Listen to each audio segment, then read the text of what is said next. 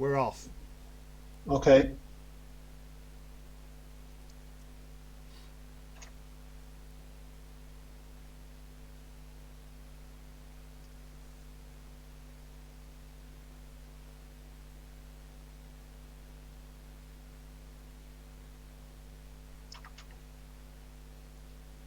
Right, good evening to everybody and welcome to another virtual meeting of the Camera Club.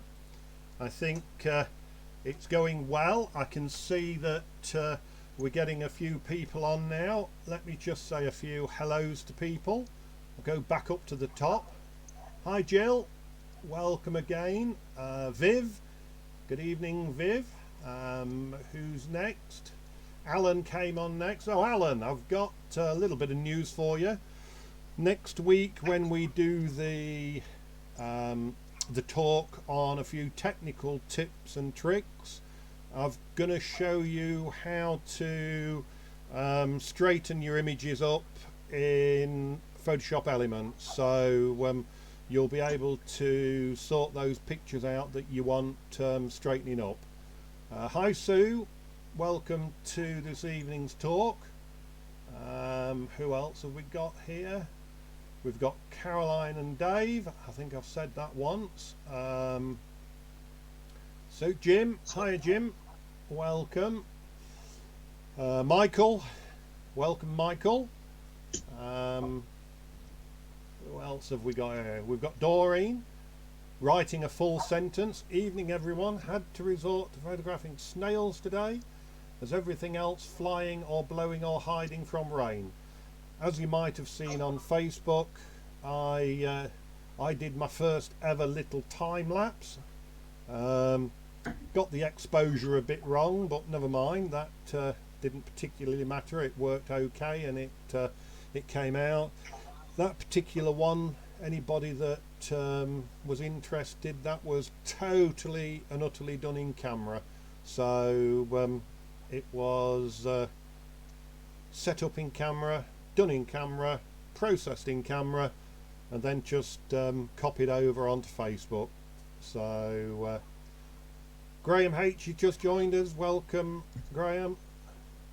We're up to 14 now. We've got a few more minutes yet. We've got 15 minutes. So I hope that you got a few, after chasing snails and things today, I hope you got a few, Doreen. It certainly hasn't been a day for getting out and about. Hi Caroline, that's Caroline O. So welcome. It's taken us up to 15 now, so the numbers keep just gently going up as they do usually. Evening Paul, just see you've popped up there, so welcome. And Peter, yeah, everybody's just popping up. When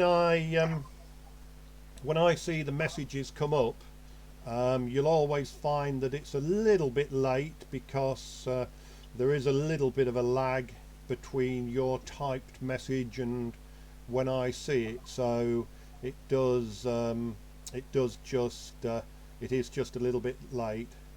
Hi Martin, welcome. You watched last week but forgot to log in. Well, don't forget next time. You know, make sure that you are logged in. I like to know that I'm famous and a lot of people are watching me. Who else has popped up? I said hello to Peter. Hi Mark. Yeah, hi Mark. I've sent snail before and after pic to Gromit Foil to practice using a edit. Oh well, yeah. Yeah. Well, this evening, as you all know, we're going to have a talk, and it's going to be Bob giving us a rundown of his 2019 visit to Uganda. So hopefully he'll entertain us through the evening. I must admit, I've had a little sneak preview of some of the pictures, not all of them of course, but you're in for a good evening. There's some very good pictures that show what it's like, etc. So we're we're just increasing a little bit. Hi Diva, welcome this evening. As I say, welcome to everybody. It's good to see you. We're up to 19, and there may be one or two more. There was one or two joined us last week after we'd got going, so one or two were just that tiny little bit late joining us, but nevertheless I have one or two little notices which that's reminded me. I haven't written them down, and I'm bound to forget if I don't write them down. So hi Gary, thanks you could pop in and see us, see what we're up to. It's alright, I'm just writing, so might go quiet just for a minute, so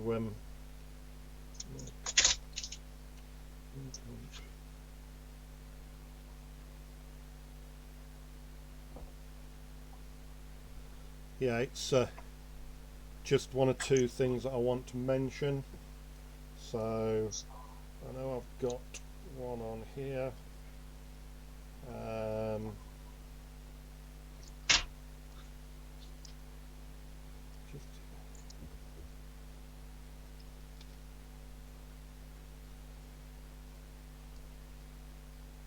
Does go quiet when I stop talking, doesn't it? Who else has joined us? Nobody yet. I keep looking up, so we're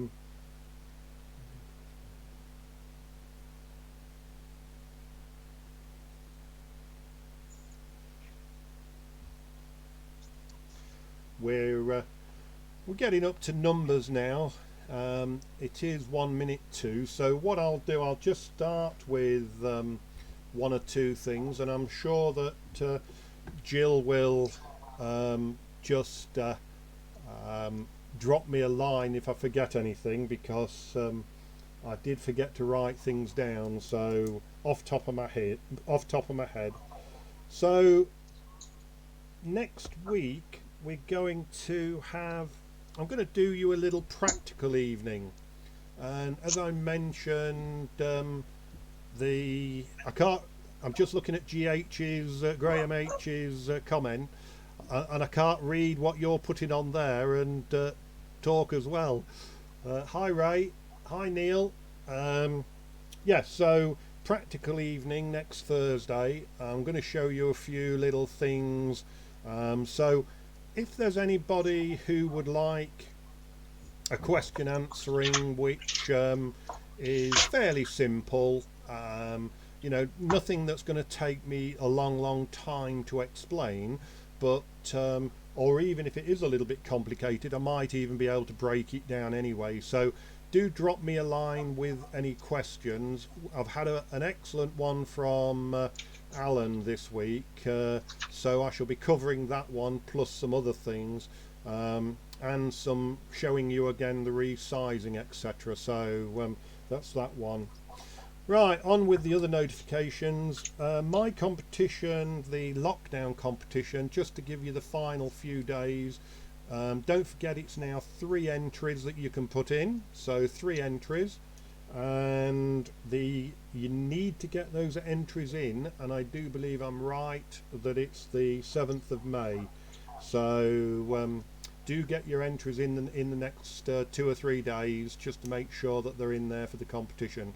It's an open competition, no macro shots, and you have to be on your premises when you take the picture. So if it's a bird flying across and it's a golden eagle, then I'm happy to judge that as a picture taken on your premises, as long as it's on your premises, or inside. It could be a bowl of flowers on the table, could be one of your kids, it could be a portrait, could be anything.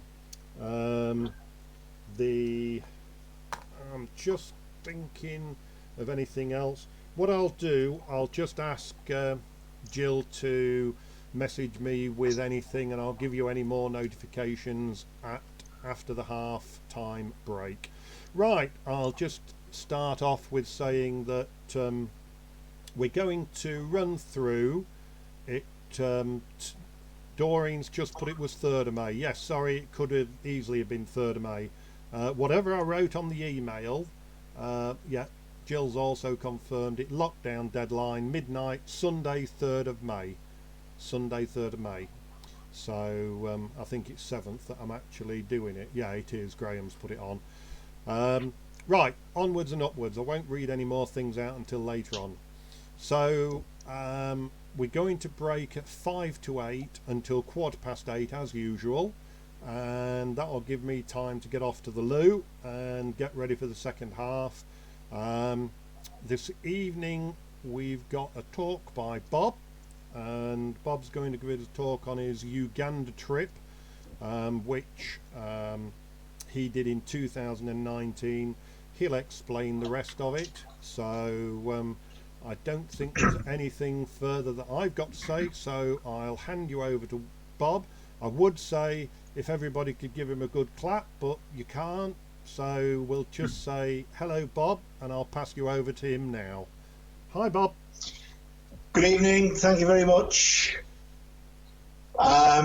This is very strange, sat here on my own, talking to myself, looking at my own computer, and that is it. I cannot see what you're looking at all, so I can't see the comments, questions or anything else, but I'm sat here sort of on my own at Bishop Norton, sending this via Welton and to wherever else. Right, as Graham has said, it's all about my little trip that I did out to Uganda last end of January, early February last year.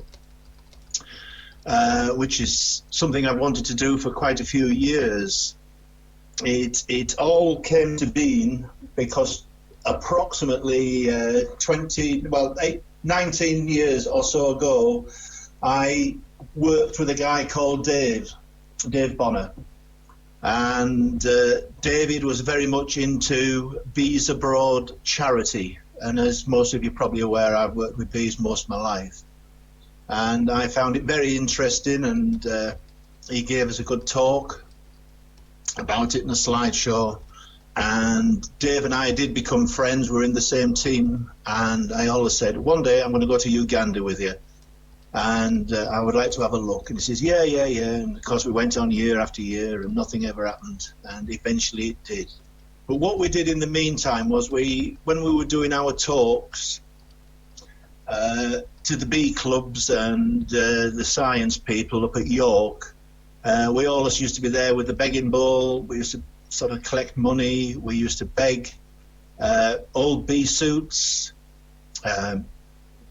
bits off smokers, hive tools, anything that we could that would fit in a box that he could get on an aeroplane to get to Uganda. And there were several of us did that. All his work colleagues were doing the same, or our gang was doing the same for him. And twice a year, sometimes twice, sometimes once, he goes off to Uganda and distributes it and what have you. But a couple of years ago, we're having our Christmas dinner down at the English Whiskey Factory. It was, I always remember it, down near Colchester. A gang of us get together for a meal a couple of times a year from all over the country. And he says, right, he says, you can come next year, because he says, I haven't got a real lot of work on. He said, I've got a few meetings and this, that and the other planned. He says, you can see a few of the projects that they've set up. And he says, come and have a nosy with us. And he says, to make it more interesting from you, because he knows I like to sort of walk around with a camera hanging around my neck. He says, we're going to have actually 3 or 4 days in a nature reserve. So he says, there'll be opportunity perhaps for you to get a couple of photographs there. So I says, right, count me in, and off we went.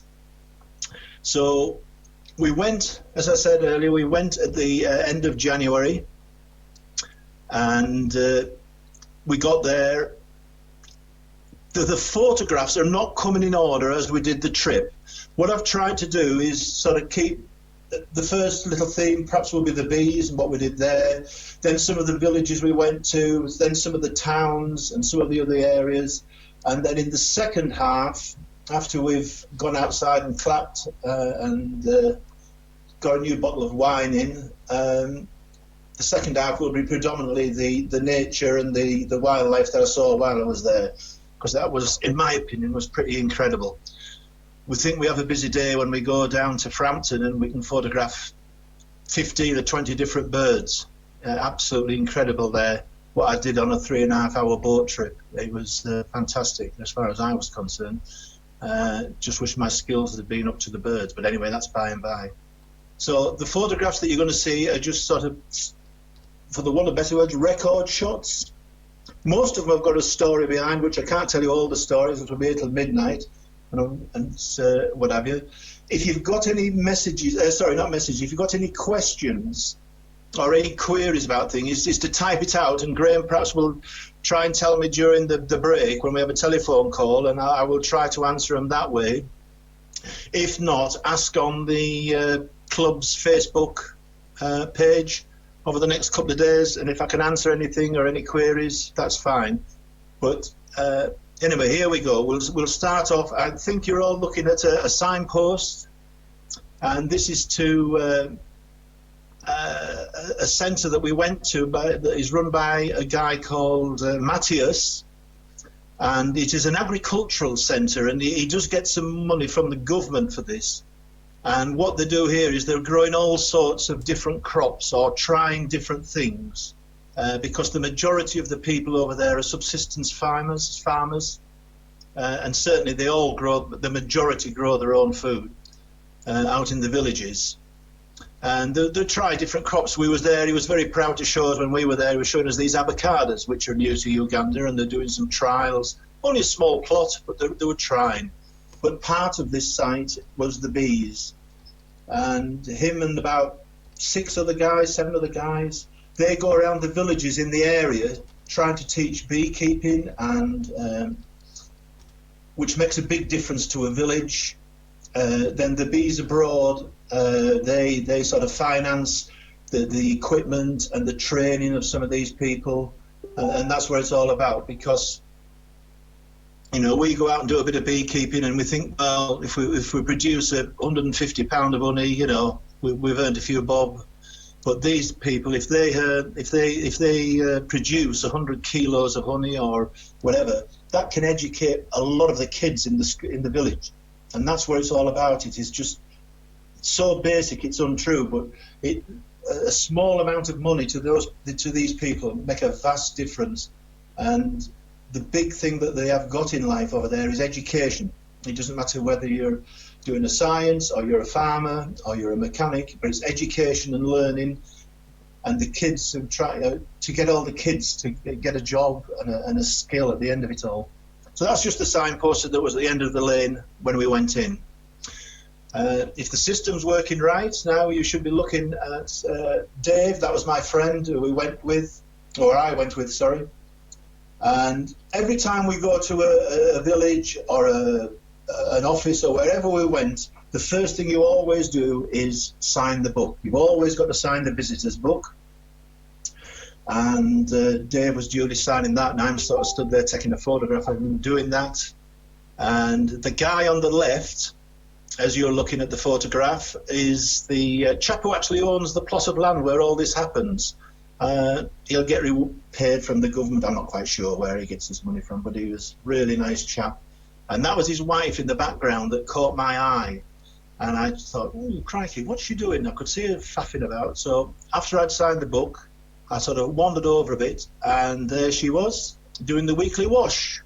So don't ever complain about a twin tub or having to do a bit of dabbling in the sink, because this poor old gal, she had, you couldn't see it on the photograph, but she had a stack of washing from the workers. Because the one thing that they do over there, you never see them turned out dirty. They clean clothes every day, what have you. That's just another one of her. I don't know what the article is, we can only guess, but she's quite happily doing her washing there. After we'd sort of milled about and had a drink of water and hospitality and pleasantries and all the rest of it, Matthias in the red shirt, he's in charge of the beekeepers at this place, and he was very proud to take us around and show us, because Dave has financed a lot of this site. over the years. And every time he goes there, they give him a report on what they've spent their money on, how much they've produced, and what income they've had from it, and where the income has gone. They keep a set of records, and it works very well. And really nice guy. I'm still in touch with him on Facebook. That's the wonders of modern technology. Here he is, he's just explaining a little bit to us about the different bits and bobs, because both David and I scratched our heads, because Dave said he'd never seen one of the boxes covered in mud before. He said, what the hell is that all about? I am going to bore you with beekeeping. You know, you're probably asleep now, but that is what they call a catch hive, and he hangs that in the trees basically to catch swarms. And once he's caught his swarm, it then goes into a hive. The little box on top of the hive nearest to us, that is he called it a mating box. We have mating boxes here, but it doesn't resemble what we have, but it obviously works for them, so they're happy. That's his mating boxes for the queens. So he was trying to produce a few queens on this side, which to them is all new, because basically they just catch swarms and keep the bees, and totally different to how we would manage bees in this country. Again, that's just the boxes on top of the hives. That is just a view down through the apiary. Hand on hips, Dave. Now, these are the hives, or some of the hives. These hives here are what they call top bar hives. And one or two of the zealots in this country think that's the way to, you know, you can't practically do it on a commercial basis, or it's just, they're rubbish, really. But for Africa, they're great. And if you can imagine, years ago, the way they used to keep their bees, they used to get a tree, take the top off it, hollow it out, then put the other bit back on top, and that's basically imitating a hollowed out tree. The only difference is with these, they do actually have some frames that go from side to side, and they can actually take the frames out and take the honey out, and because they don't extract it like we do, it goes into a big bag, and it goes through muslin, and it's all strained out, and but they do get some beautiful honey. And one little story from here is we actually brought I'm telling a lie, we did fetch some honey from here for the National Honey Show, and these got third. This site won third at the National Honey Show for honey produced you know, from a charitable site in Africa and other parts of the world, for that matter. There was over 30 honeys came from all over the world, so these guys did fairly well. They got third. Those are the top bar hives. Now, the hives we use in this country are British Standard Nationals, and basically they're a square box. They've tried to imitate it there. He was calling them Langstroth, which Langstroth comes from America, Dr. Reverend Langstroth from the 1880s and all that. But they got it about right. They're trying, and they've made them themselves, or got them made locally, and they're trying. But to be honest with you, the bees over there, they are very small colonies, and the boxes are far too big for the bees. So basically what they're going to be doing is they're going to be nicking honey out of where the bees are breeding, which is not ideal. We did sort of try to persuade him to make them a bit smaller and put a super on top, but whether he'll do that or not, because they have their own ideas, they're quite strong-willed sometimes. But that is their apiary. There's one of his swarm catchers. That particular hive, it was as we was coming out of the apiary, and we stood there, and the hives, because of the conditions over there, it is either very dry or very wet, and as you can see, the hives are fairly crudely made, and they soon get leaks, and the bees were going in and out the roof, not the front. And these were just a little bit tetchy, and we were stood there, and we walked past them about 3 times, and when I came back down the last time, I was actually videoing as I came back down through the apiary, and the little devils decided to have a go at me, and I got 3 or 4 pings round my ears and nose and whatever, but So I just made a hasty retreat and kept going. But they aren't particularly pleasant. These bees, again, I'll bore you a little bit. They're what they call scutellata. The African bees. Everybody's heard of the killer bee and the African bee. This is what these are. They're a small bee. They don't get too nasty till they cross with some other varieties of bees, which again I ain't going to bore you with. But they're quite defensive. They don't like folks on their territory at all, and they soon let you know if they're not happy. The beekeepers over there actually do a lot of their beekeeping at night when the bees are settled, because they can be so nasty during the day.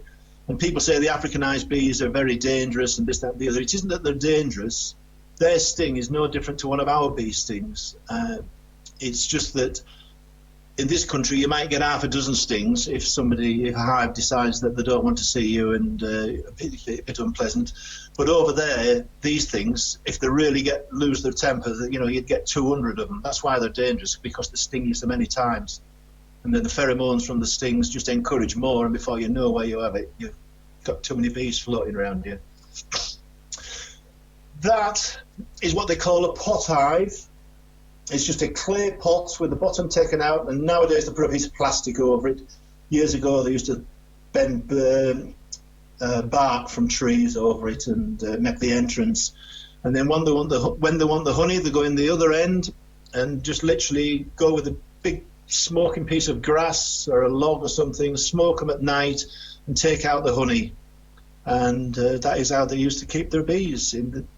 But it's a very inefficient way of doing it, but it's better than not doing it at all. And they're always hung in trees. We've actually moved along now, and we're in a different village now. We're in a village called Cellar, and it was really good here. I thoroughly enjoyed my time at this village. The people were very friendly. They were welcomed us, and it was good. Some of the photographs might be a little bit iffy because it was an absolutely brilliant, bright day. It was so bright, but the bees and everything else was under the trees. So you were all sort of fighting the light. That's my excuse, and I'm sticking to it. But these are the clay pots that they've got hanging in the trees, and you can see the entrance where you'd stick your arm in and, well, throw the smoke in first, and then stick your arm in amongst the bees just to get the honey out. Braver man than me. And there's one of the top bar hives hanging in a tree, and they're always under trees in Africa, whereas in this country the bees we never recommend under trees because of the damp, but over there it's to keep them out the sun. And when we were there, it was the dry season and the bees weren't actually working at all, just like our winter. That's why they didn't like being disturbed, because they weren't busy. That is just a bit of a close-up of one. And again, why they put one on top of the other, I will never know. We did ask the question, but we never got a straight answer, because obviously you can't get into the bottom one with that one on top. But for whatever reason, they put one on top of the other. But what the villagers had done, the Bees Abroad, UK, Cellar Coffee, they'd actually made the stencil and did that themselves because they were so happy or ecstatic that the Bees Abroad had helped them out, and it was all Bees Abroad work. And so they just made sure that anybody ever went to their village knew that Bees Abroad UK had done it for them. And it was Dave's little project that he set this village up about 4 or 5 years ago now. There's some more just hanging in the tree. Like I said, why they did them double, anyway, whatever will be, will be.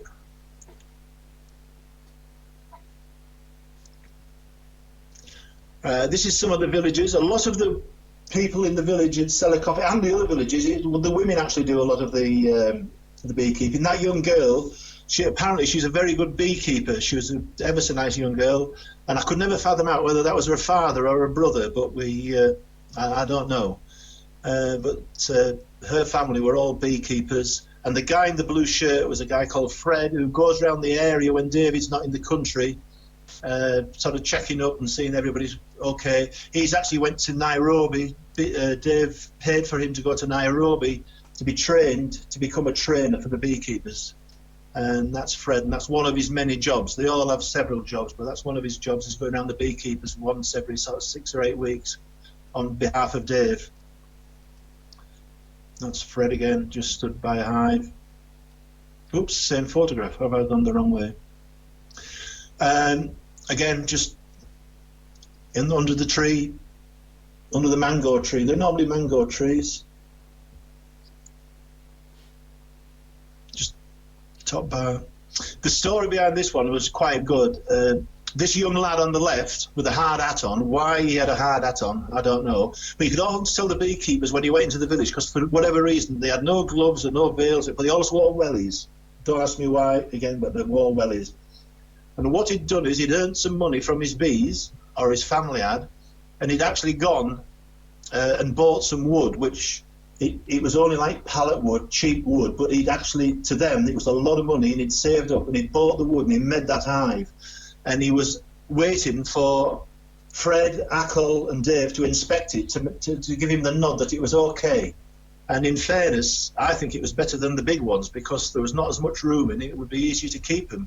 And he was over the moon when he was told that his design and his handiwork was acceptable. And so I think he was real chuffed. But you could see he was like a kid waiting for an exam result to begin with. I don't know how old he was, but he was like one of the younger members of the village. That was him again, with his homemade hive that he made, and he was very proud of that, and especially when he was told that he could be used and all the rest of it. Part of their work for the beekeepers is they take them veils, they take them brochures, instruction books on diseases and techniques for their part of the world. I haven't got any photographs because he didn't know when I was there, but Dave and his wife go to certain villages and they teach them how to make all hand creams and all sorts of potions out of the honey and the wax. That's what he was doing a few weeks ago. He went and he did all that. He virtually had a month. He had, I think, that's just under the trees. They're just presenting them with their, well, not presenting, but giving them their bits and bobs. That's just more under the banana trees there. I'll just go through because I'm conscious that we think. Got to tell this story. After when you went to a village, you all sat under a tree, had a drink, had a bottle of water, had a drink, and had a meeting, and everybody sat around under the tree. And these 3 guys were sat there, and I knew something was going on. I couldn't fathom out what it was, but they were taking the mickey, just like we all do around the world. And the guy on the right-hand side holding the 2 rabbits, he was the butt of the joke, but we couldn't understand them. And when it all came out, he was going into rabbits. He was going to breed rabbits, and because they eat them, obviously. And he couldn't understand why he hadn't bred. And when they went down into it, those 2, he'd bought 2 books. He'd forgot to buy a female. So I think they were telling him the facts of life. That's some of the ladies from the village under the tree. They came round with us. They put all their Sunday best on when we arrived, which was, and they made us very welcome.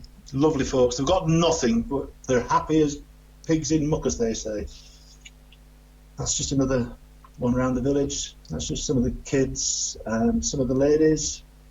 Again, some of the villagers. I'd love to go back to Cellar Coffee, but Dave doesn't know whether he'll go back because it's a success there, and he says there's no need to go back when they're successful and they're earning money out of it, and the kids are getting their education. The guy on the right, the big tall guy, is Ackle, and he works for Dave as well, and he'd been to Nairobi to be trained. A real nice guy. He does a lot of work for the ladies in the region through a couple of charities. Checking up that they aren't getting married when they're 12, and mutilation and goodness knows what, and he's really into looking after or protecting the ladies, or looking out and reporting the bad guys, if you like. He's a really nice guy. Then we moved on to another village quite away from Cellar Coffee, in fact hundreds of miles from Cellar Coffee. This one is a place called Bugaliba. And this is one of the poorest villages that we ever went to. This was a really poor village. but they built this house themselves. They'd obviously had money come in to get the tin sheets and all the rest of it, and they put their bees because they weren't allowed to use the trees because all the area in their land is owned by the forestry, which is Norwegian and German, and everything goes to China from there. And so they built this shelter themselves with money from different charities or wherever, and they kept their bees under there. And it was brilliant, actually. That really was well organised, or I thought it was. And this was one of the families, but the main family of beekeepers at Buccaleba, and mother, father, and son. And they're great ones for paperwork. Oh, they always have a form and a paperwork. That's the father. That's him again. He had some more of us near some old buildings. I don't know what they were. I don't know why I put that one on this presentation, because that is an ant tree, which if I was there, it would have been chopped down and burned. It's full of ants that attack the bees, but they wouldn't destroy it. Dave says they will not destroy it. He says he's seen that tree for several years now. He says they will not destroy it. It's full of these ants that attack the bees, but they sort of live with nature, and they let things work themselves out.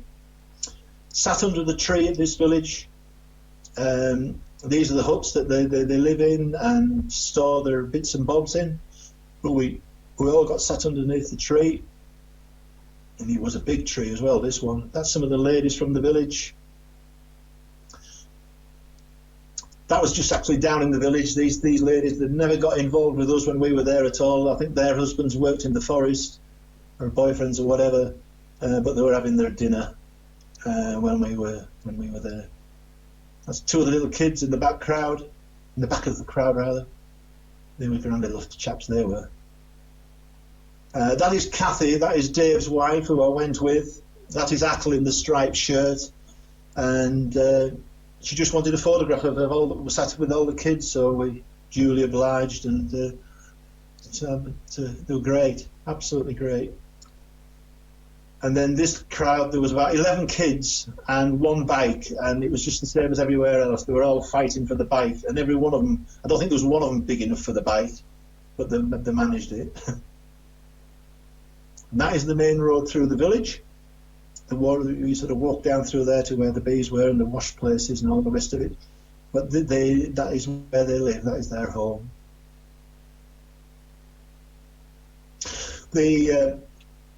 As we walked through the village, you could see it was poor, and there was a lot of buildings in disrepair.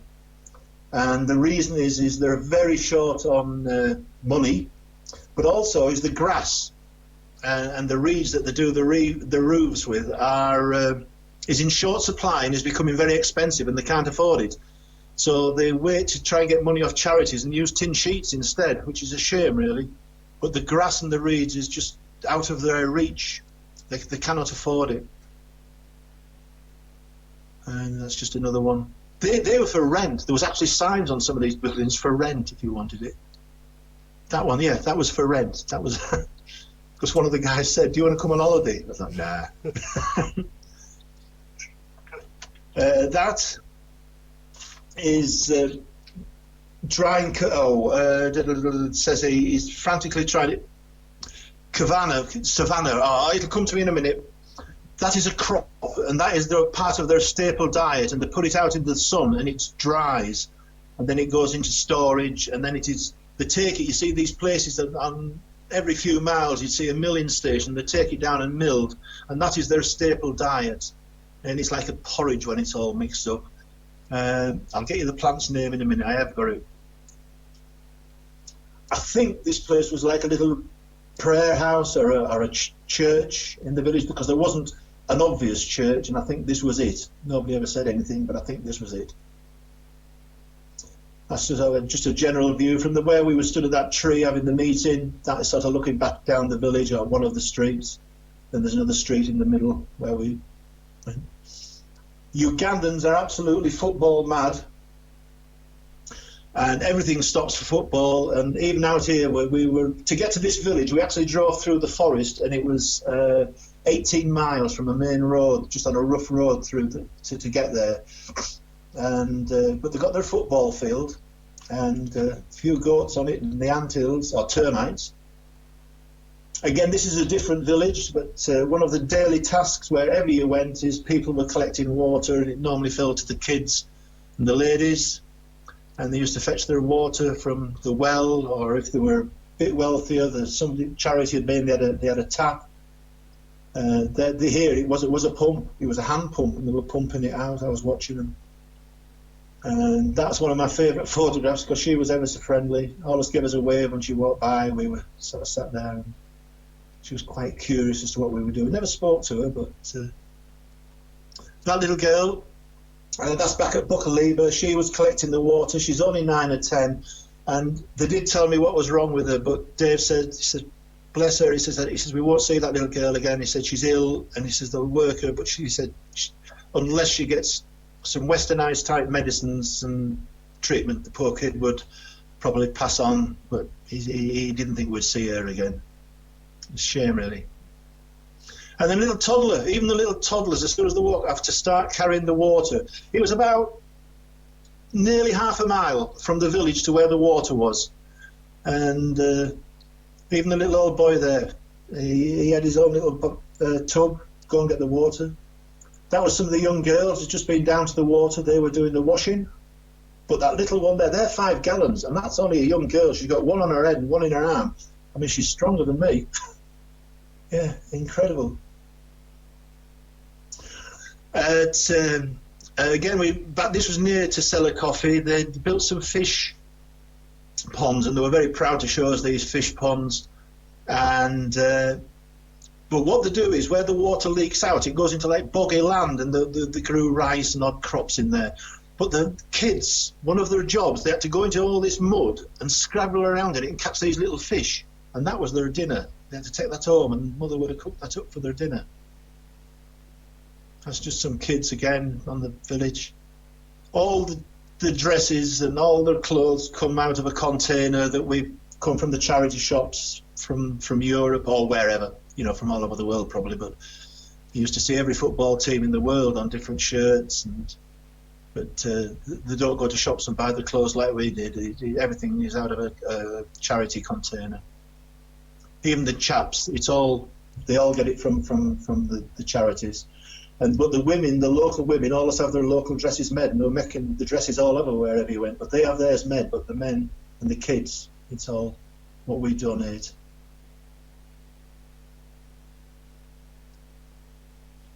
This is just some of the folks who we met along the way.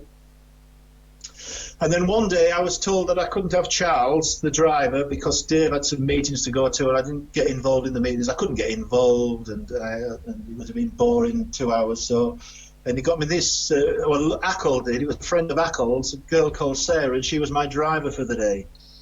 And she sort of took me out for the day, which was brilliant. Her husband was a doctor who was down in Kampala, and she struggled with the vehicle. In fact, the clutch was about jiggered, and she was struggling. So George, that's her brother, he came along too.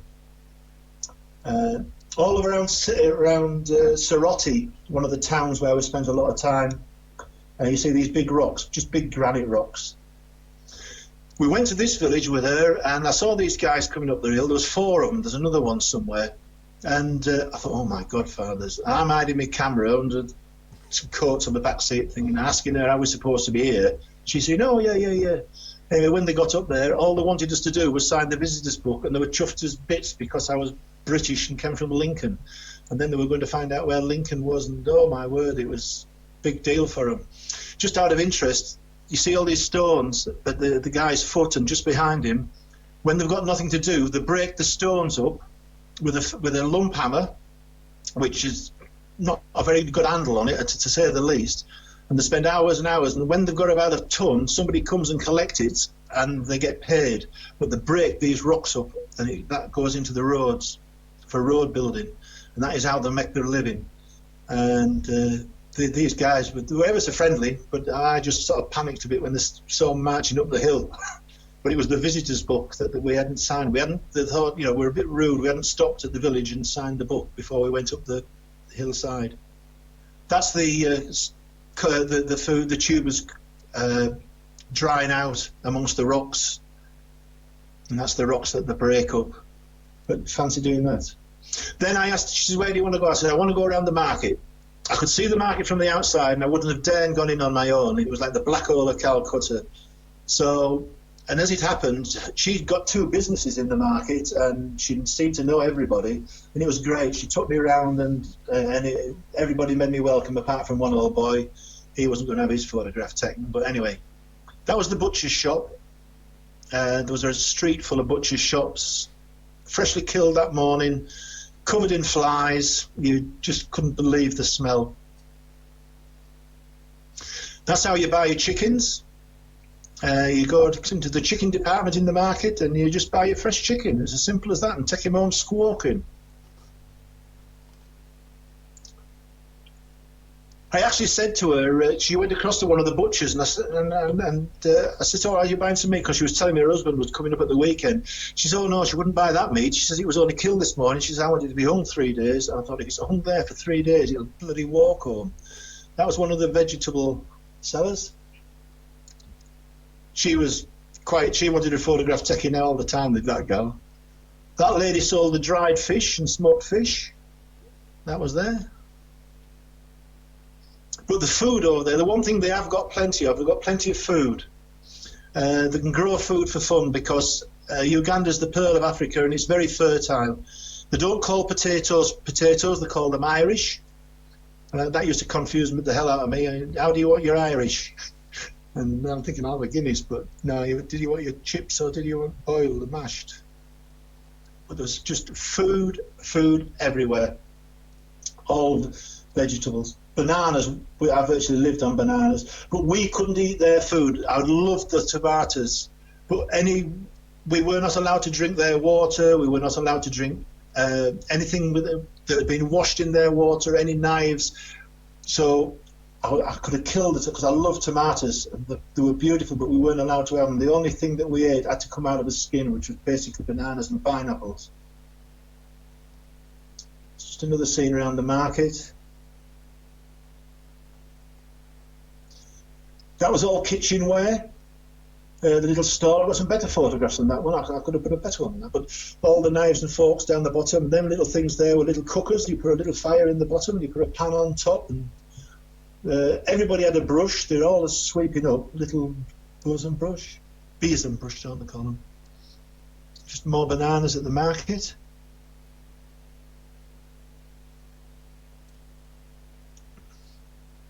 That was on the outside of the market, by the roadside. The only thing that was wrong over there, in my opinion, since I've left, because I do read the newspapers from across there now and again, is they have started a thing about litter, because there was litter everywhere and plastic bottles. But apparently they're having a big clean-up at the moment, or are supposed to be having. But that was one of the. They were very tidy in their own little area, but they just swept the rubbish to somebody else's. This isn't Soroti, which, if you was back home, it would be a town the size of, I don't know, Horncastle, Louth. A big market town, basically. It's very rural and agricultural all around it. A lot of people, but it's like the regional area where all the sort of council offices are, the hospital is, and people come from miles and miles and miles to get there. When we drove from up near Murchison down here, it took us 8 hours to just the journey. So it's a long way from anywhere, really. It is approximately 6.5, 7 hours down to Kampala from there as well. That's the onion cellar. This was the guy who was making these that wouldn't have his photograph taken. I was going to buy a pair of them, actually, and life went on and we got talking and we moved on and I didn't get any. But making shoes out of the old tyres, and they're quite comfy apparently. Everybody says they're comfy, and but that was his job. But he was not going to have his photograph taken. I don't know whether he thought I was from the tax office or what, I don't know, but he weren't having any of it. They're the tomato sellers. Oh, them tomatoes, I could have, yeah. I don't know, we didn't.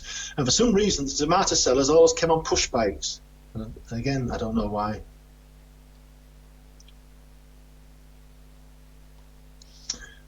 This guy was making, I don't know what he was making, whether it was a bread or a pie, I'm not quite sure what he was doing. And unfortunately, he didn't speak any English, and I was sort of on my own because that Sarah was talking to her mates around the corner, and so I don't really know what he was doing, but he was really good. But it was very dark when I took. Well, he was really in the shade. I had to really brighten that one up a little bit. That's just the hustle and bustle out on the street. More markets. They were seamstresses. That's Sarah. She sold materials and what have you, and she had these girls. These seamstresses were making dresses and curtains and goodness knows what else on her behalf for her customers. They were all seamstresses. I looked at these two girls and I thought, oh my God, they're sniffing glue. They were dressed up in their Sunday best. They were obviously going somewhere to celebrate or for some reason. And when I found out what they do is those plastic things they've got is actually water. And there's a guy on the market, he's got a bucket and he's selling polythene bags full of water, and that's where they were getting their drink from for the morning or whatever. And to begin with, I thought they were bleeding glue sniffers. You should never judge, should you? You get it totally wrong.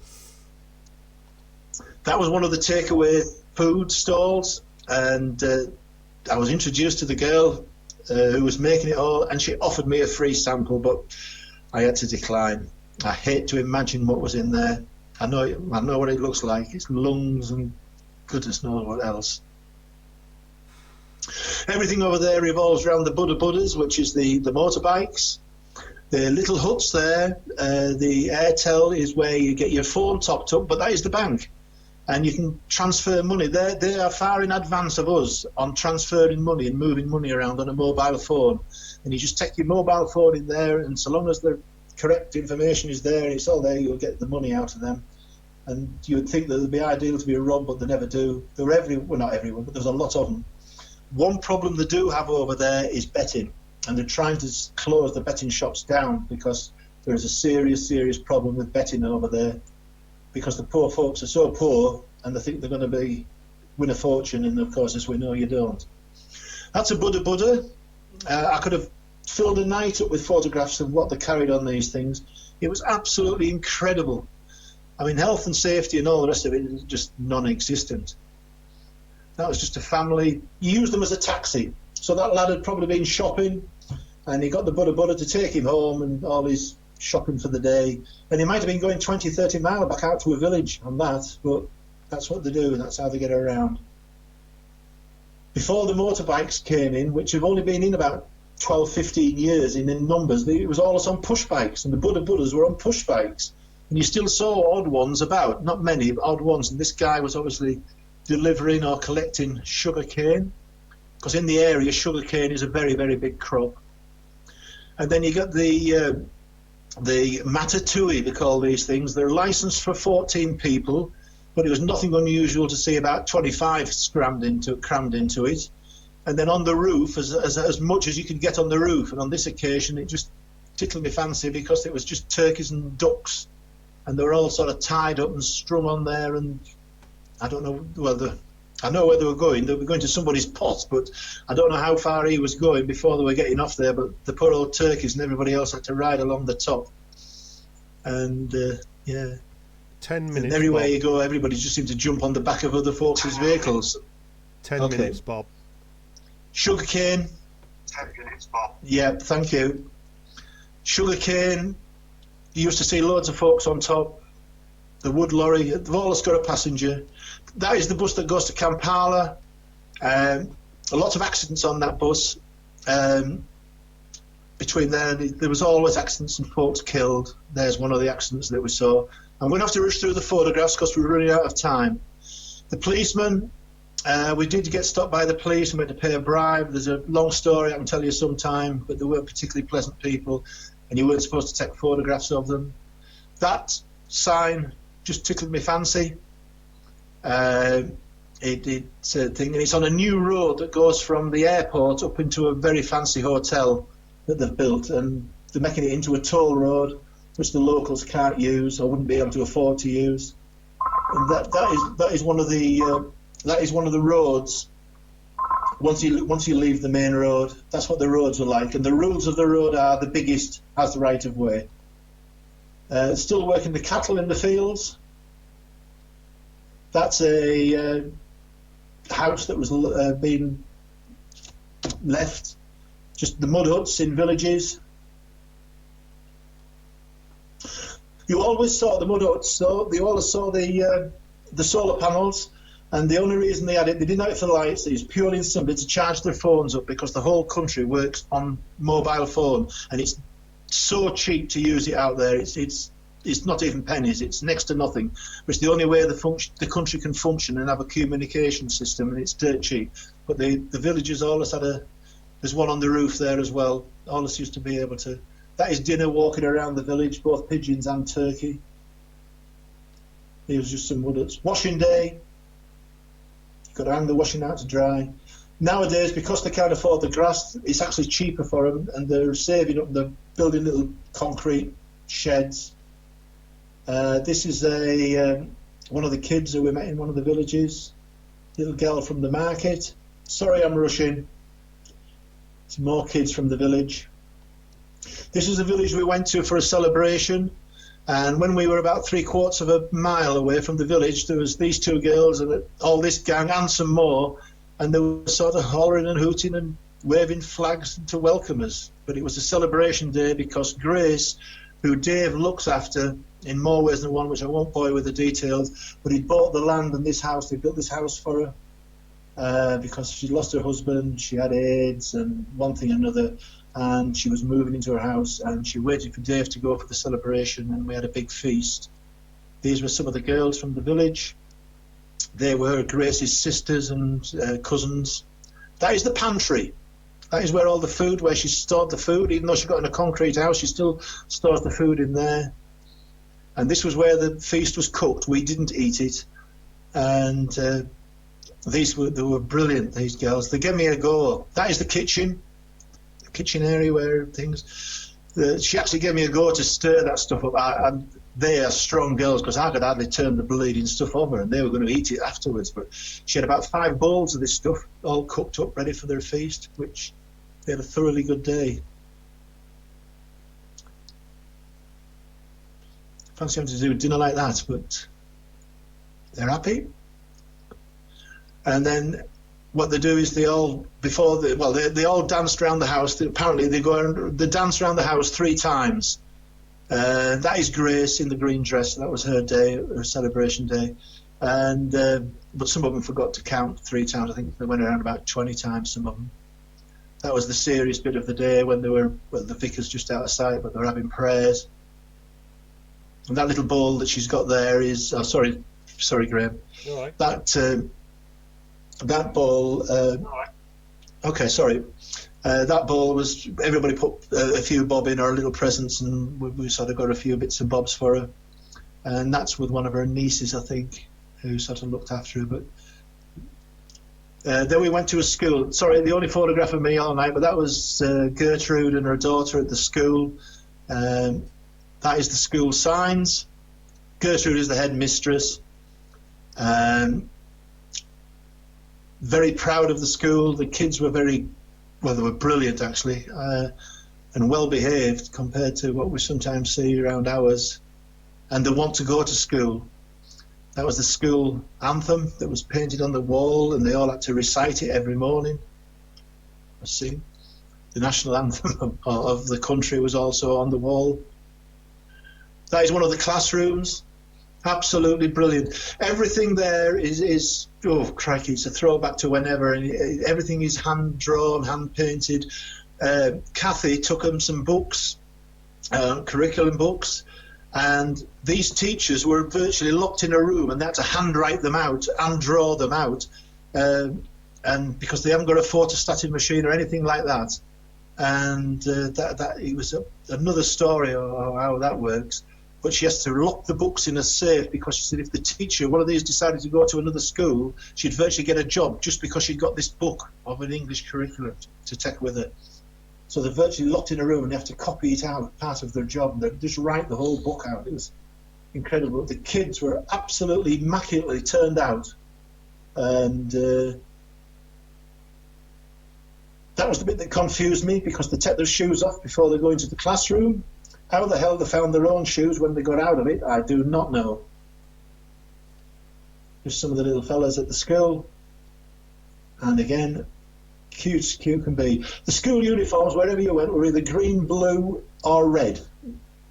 And she wanted me to take photographs of her school, because Dave was doing a brochure for her so she could promote the school and get people going, because it's all fee pay. And she was very proud of the fact that they actually had water and people could wash. That poor girl, she drew the short straw, because when she was showing me the latrine, there was a footprint on the latrine floor, and she had to go in and wash it before I could take a photograph of it, and that is it. And she was very proud because it was tiled, she's got water, and it's the best toilets in the schools in the region. And she plays on that to get people into the school. Nothing to do with what teachers or whatever else. It was they do boarding. The kids, that's one of the boarding rooms. It was like the Black Hole of Calcutta in there when I took that. And then Dave, I do know Dave bought her this. She's got this tank where she can clean water, 250 litres, goes through it. She cleans it, so she's got clean water in the school as well, and that's another big selling point. That is the school kitchen where the dinners are cooked at lunchtime.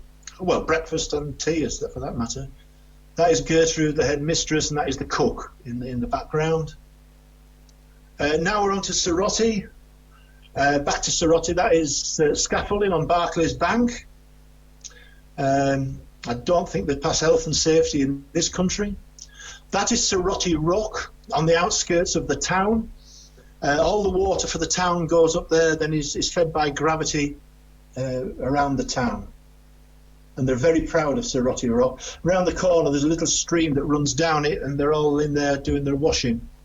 That is Ginger, a town called Ginger, which is it's the source of the Nile. The Nile actually starts in Ginger, comes out of Lake Victoria and heads down through Ginger. That bridge, there was ferries and all sorts to get across this river until recently. The Japanese built that bridge for them. For some reason or other, I don't know why, but it was built by the Japanese. That is Kampala at night, and that was off our hotel balcony when we stayed at Kampala when we were heading our way back home. We stayed there the night before we left. That is Kampala first thing in the morning. I don't know whether it was fog or smog, because it was pretty grim around there pollution-wise, but it just, well, the photograph doesn't do it justice, but it did look good when you're looking over your balcony. That is the Pearl of Africa Hotel, and that is that road they've built from Entebbe up to there, which the locals can't afford to go on, is all for this hotel to get money into the country. It's 5-star, it's built among a very poor area. It just doesn't seem right somehow to me. Just don't seem right. Bob. But it's there. Can I break you there, Bob? It's 5-2, and we'll do this next bit after the break. Okay. Yep. Okay, everyone. Right, we're going to stop now. Yeah. We're going to stop now, and when we come back, we'll do Murchison Falls and all the wildlife. We'll see you at 8:15. Thank you. Sorry about that, mate. Are you there, Graham? Put up and yep. Listen now.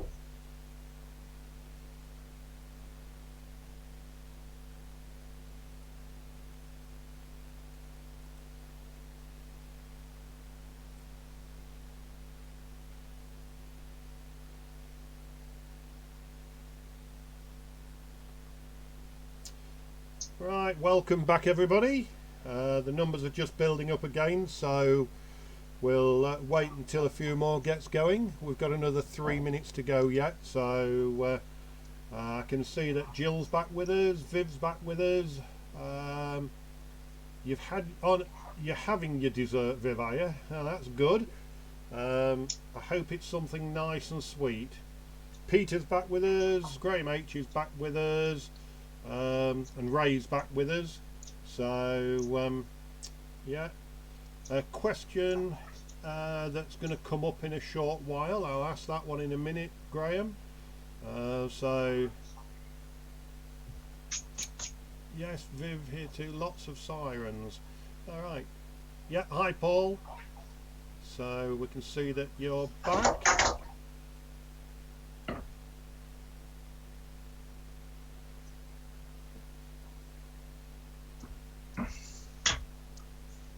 the numbers are just picking up slowly, so we'll just give people a 2 or 3 more minutes just to get back in place.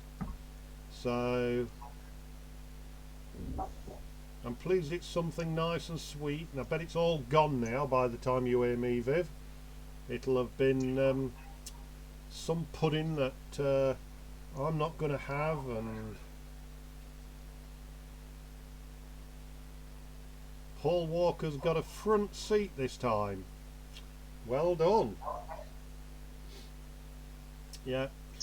We're going to start off where we left exactly, so I will flick across a couple of slides which I put in with timings. We was about 3 or 4 pictures and a little video short of being at our halfway time, so it was just about right. So Jim's back, so numbers are just building up. I'll just give it another couple of minutes just to let people get back in place. But yeah, there is a couple of slides which I shall flash across because they are a couple of slides referring to the break time, but we didn't actually get to them, so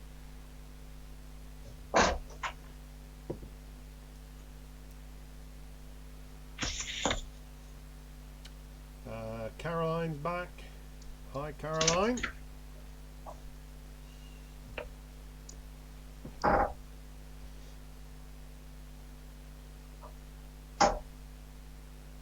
When you said young man there, Viv, I thought you was referring to me, not Jim. Mark's back. Pleased that everybody's coming back. We're just about on time. It is 1/4 but I will just give another minute or two just for those to come back on.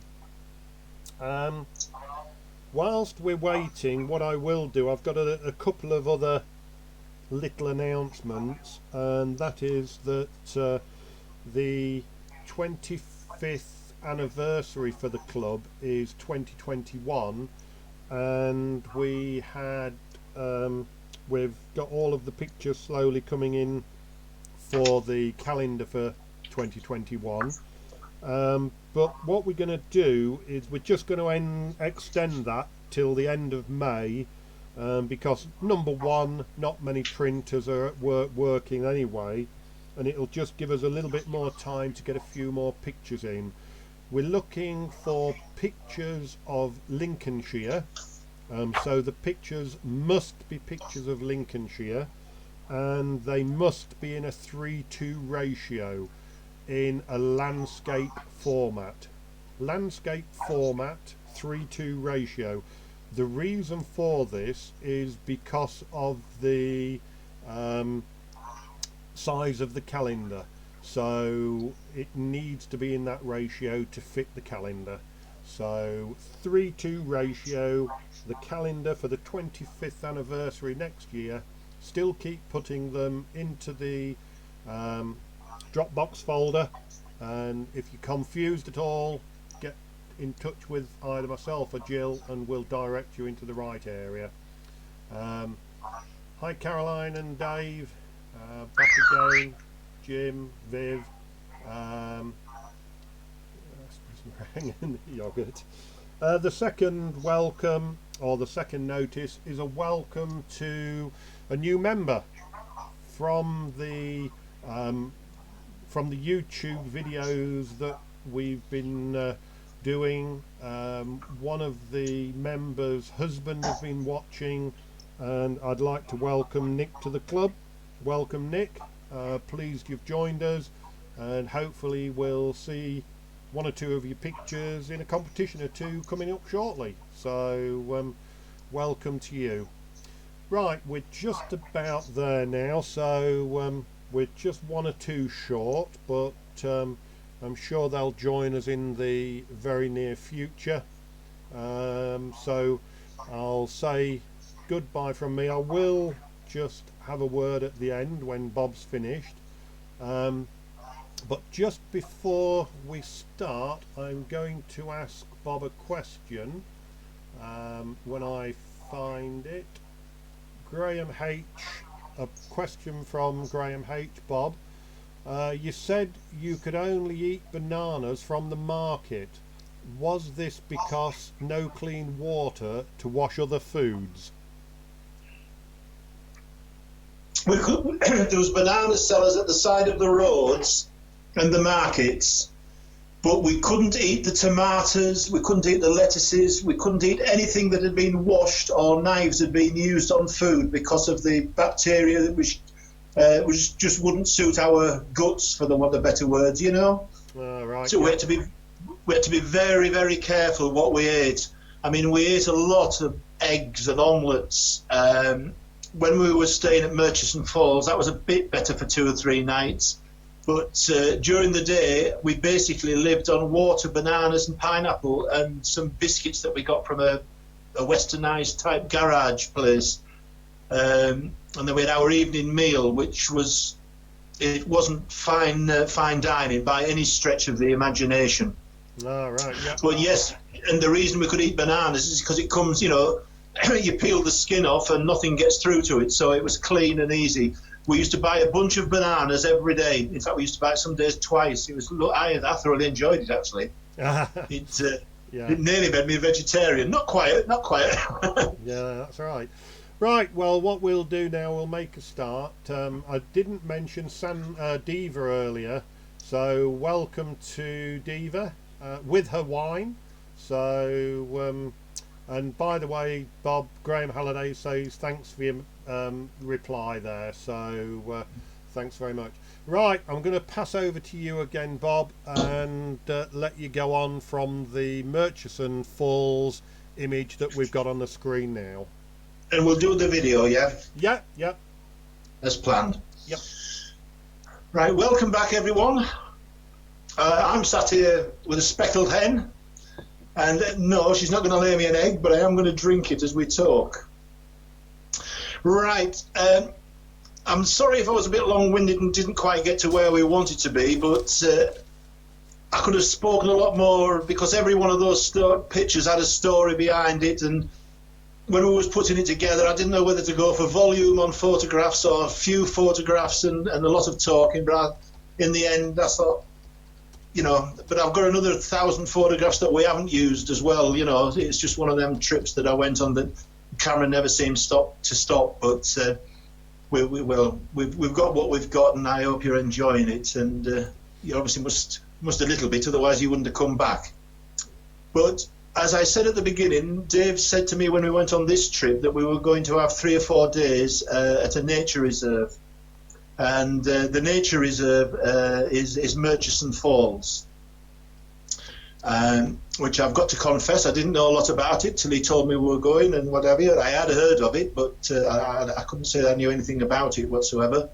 And so we did a bit of looking up, and after we'd been there 2 days, that's where we went for a few days. And we stayed in a lodge which was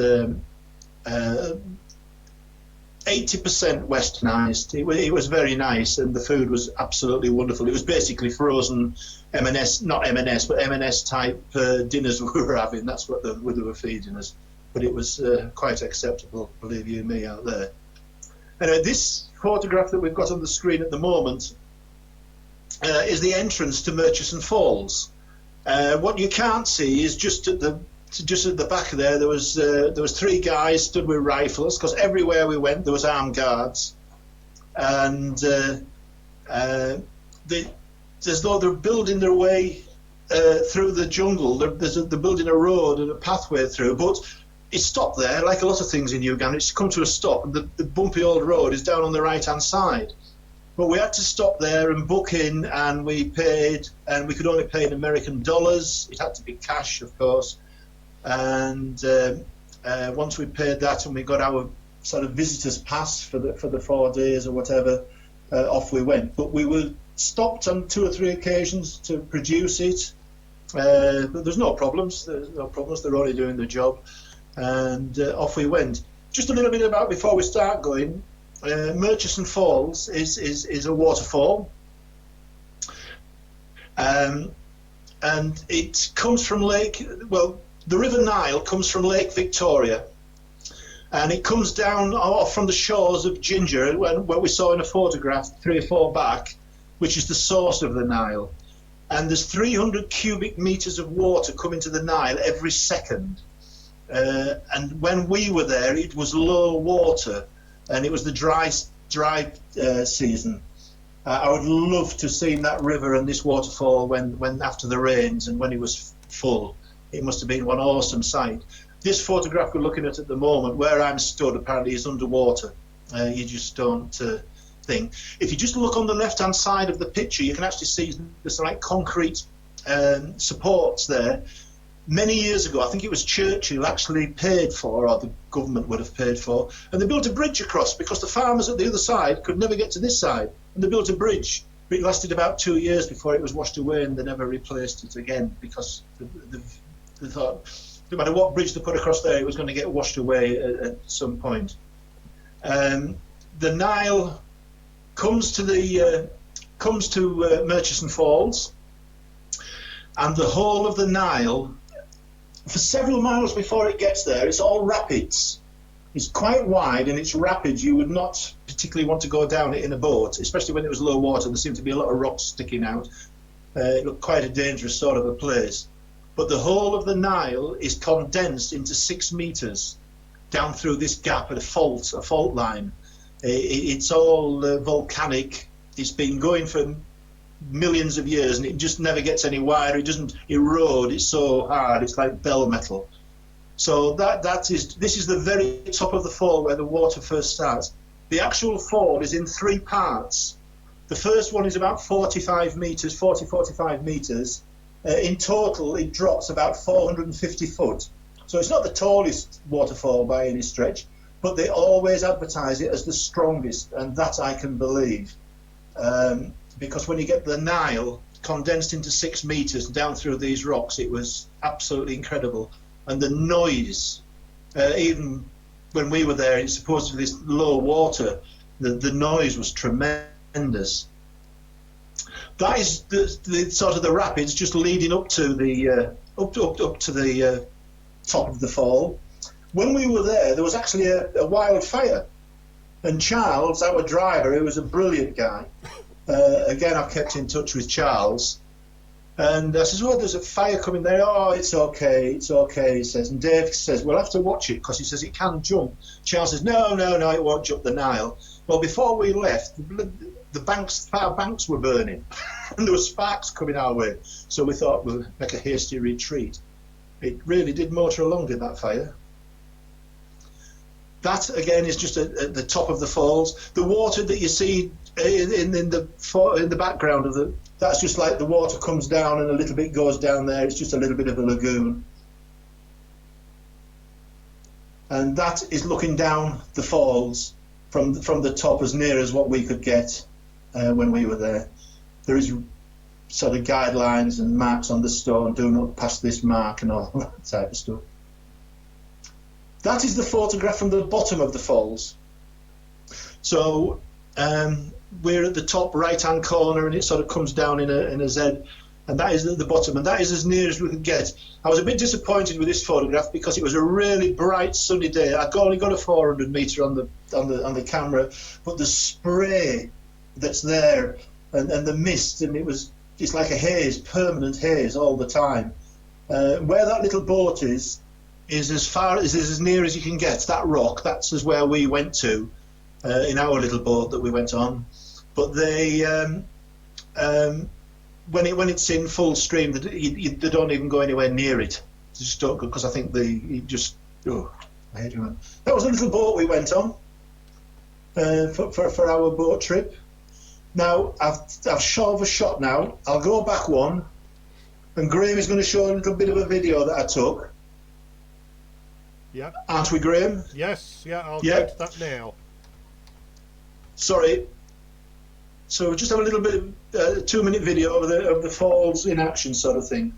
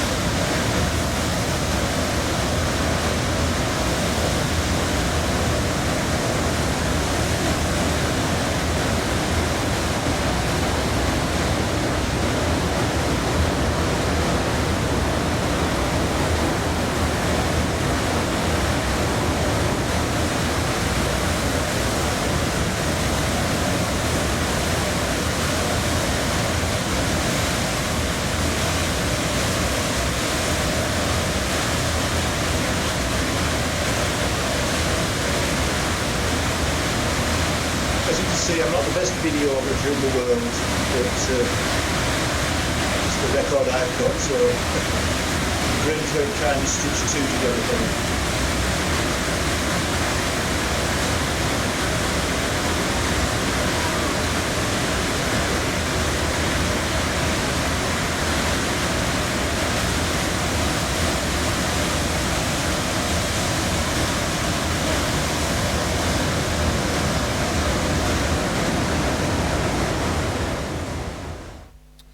Just before you start there, Bob, we just had a couple of comments there from a couple of people. Graham H said, so much power at low water. And Diva said, amazing. Doreen said, a candidate for a hydroelectric place. Yes, very true. Mesmerising, excellent video. Sue Hargraves said, wow. And Jill said, wouldn't want to fall in there. No, you most certainly wouldn't. So there's nothing as true as that. Over to you, Bob. Right then. So what we did one bright morning is we went down about 7 o'clock in the morning, and we went off on a boat trip on the Nile, and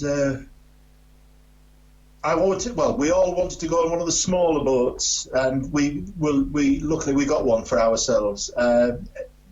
Not this one we're looking at the moment, but exactly the same.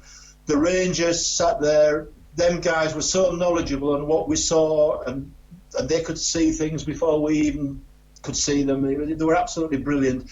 But he sat there. You can't see it there, but he sat there with a rifle because it is just full of crocodiles. The first time we went across on the ferry, I says to the thing, there must be a lot of gas coming out of these waters somewhere. You could see bubbles everywhere. Anyway, when we got on this little boat, the fellow said, oh, no, it's not gas, mate. He said, it's crocodiles. If you fall in there. And he says, you can put your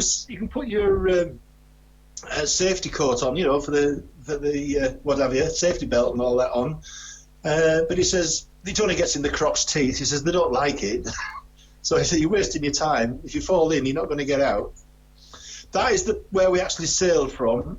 And the sad bit is the Chinese are building a road right up through all the woodland, and because from the main road to here was, 70 miles or so.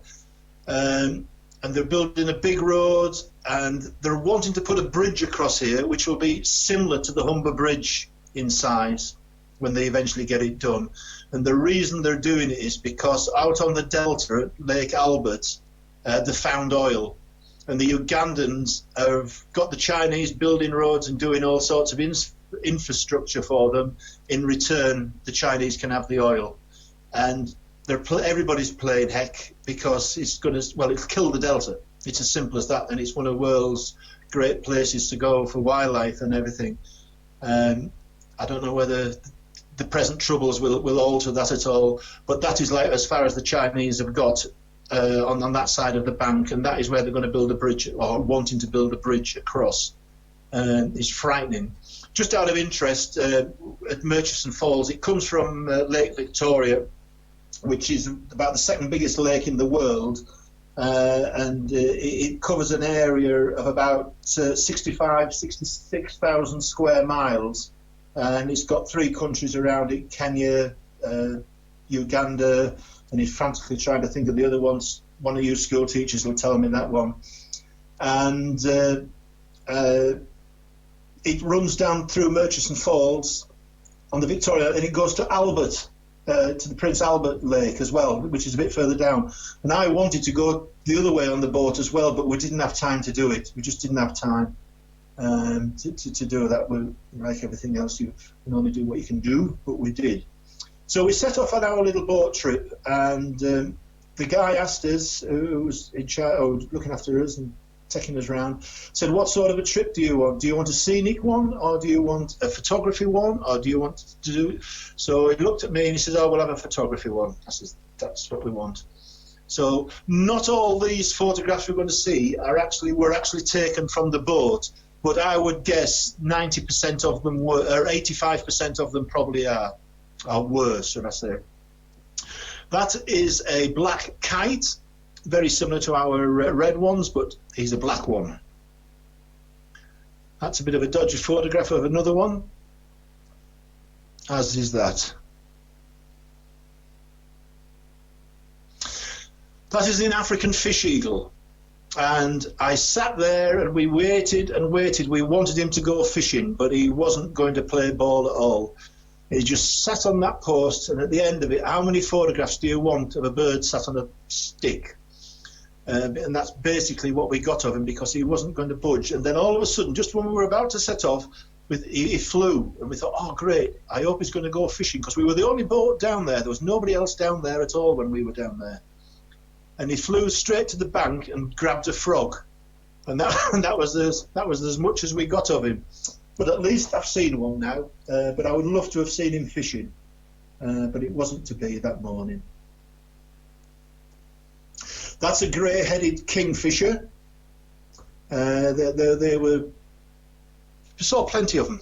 There was loads of them kicking about. It wasn't always easy to photograph them, because they used to go and sit up in the trees in awkward places, like all birds do when you want to take a picture. But we was lucky on a couple of occasions when he crept out and allowed us to get a closer look at him. And the boat driver was very good. He when he saw things like that, he would sort of drift into them and switch the engine off, just so we could get the photographs. And that's better still of him. They don't sit like that at Far Ings, do they? That is a black-headed heron. That's him on the ground. Very similar to our herons that we've got here, actually, but he's a black-headed one. A little bit bigger, if anything, if my memory serves me right. That was him taking off when he thought we'd got too close to him.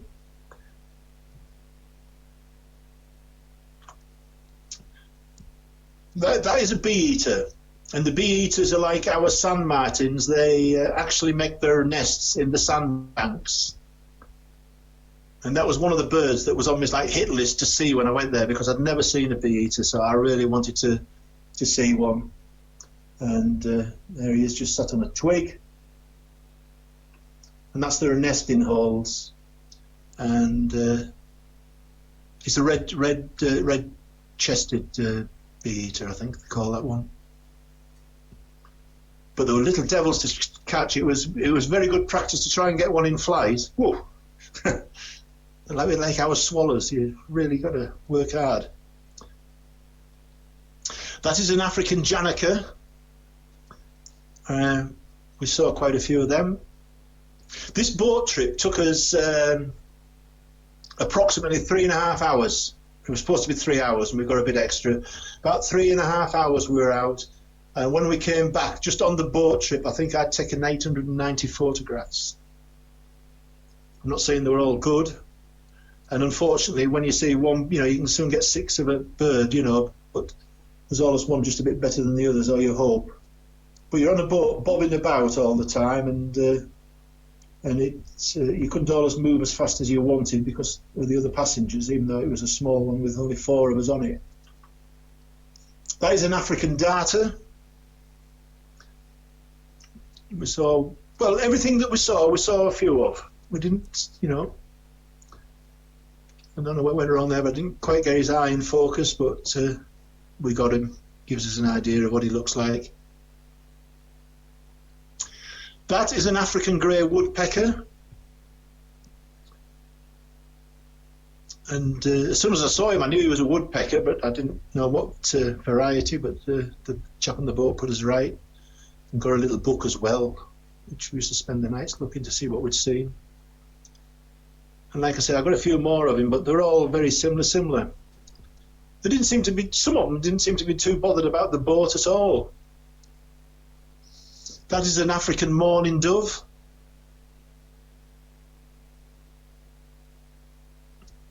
Beautiful. That is hang on, I've got a bagger fetch, is a weaver bird. A bagler fetch. We saw him, actually, he wasn't on the Nile, he was down at Mumbai, a town that we went to, and unfortunately I wanted to go around there, we couldn't, because when we were down there, it was when a lot of the BBC journalists had been arrested by the Ugandans because they'd uncovered that the people that were selling, we were donating drugs and medicines to them, and they were out selling them instead of giving it to the people. And the journalists, because they had exposed them, were arrested.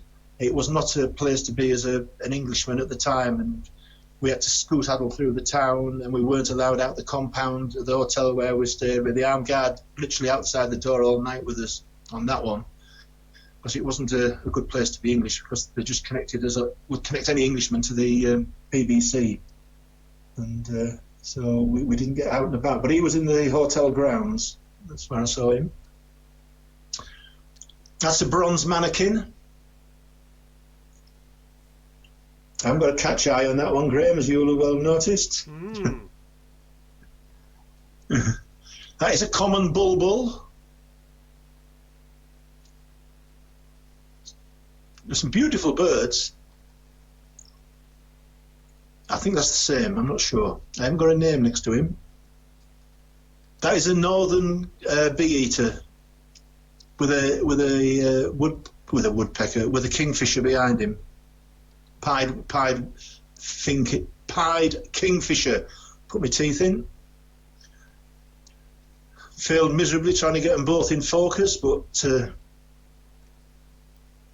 there was beautiful birds. Those northern carmine bee eater. That's the correct title for him. And that's a nice. Well, I think it's a nice one of him. Just shows him. Just going back on my memory failures.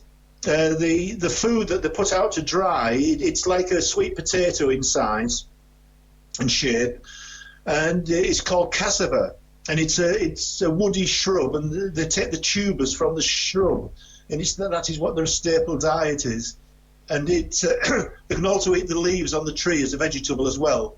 And the plants actually, the tubers will actually last about 3 years in the ground. And when they dig them up and put them into storage for the dry times and the hard times, so long as they've dried them out correctly, they'll last for a long, long time. That is why it's one of their main food. It isn't native to Africa. It came from the Portuguese brought it in apparently many years ago from South America. But it is throughout Africa they all use that. Some of you guys will probably know that anyway. That's the northern. You can see I like him. There's too many photographs of him, but I liked him. And he was quite obliging as well for a photograph. Now we go from the beauty to the beast. This ugly stork thing. Oh my God. It's a marabou stork. And they are just ugly and scavengers. And they were... You wouldn't take him home to meet your mum. They're absolutely filthy things. And they're on the tips, and then they go around the towns and dustbins, and they're just scavengers. But I dare say his mother loves him.